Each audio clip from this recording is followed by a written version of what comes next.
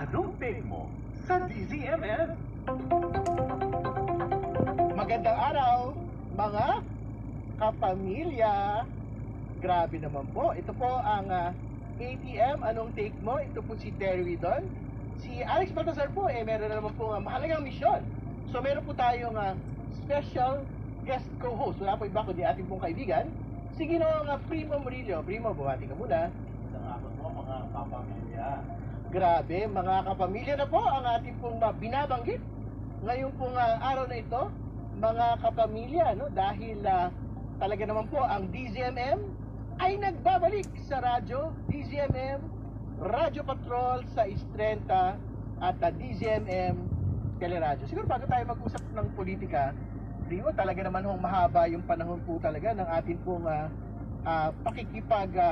sama sa DZMM Radyo Patrol sa Istrenta at DZMM Teleradyo, no? Nung pong kadiliman ng dating gobyerno, isa sa ating pong mga programa ay nasa ilalim po ng DZMM Radyo Patrol sa Istrenta at DZMM Teleradyo. Yung kasama pa natin sila Tina, no? At yung Highball Pinoy, no, na pinag-uusapan natin ay yung buhay kabahayan, no, para sa mga kababayan natin. Ngayon po buhay at politika na po ang atin po pinag-uusapan. Susubukan nga natin yung mga bagong mga stingers ng atin pong DZMM Teleradyo at DZMM Radyo Patrol sa Istrenta. DZMM, numero 1 sa aksyon. Grabe naman, ibang-iba ho ang tunog ng DZMM Radyo Patrol sa Istrenta at DZMM. So yun, so nagbabalik na yung DZMM sa radyo.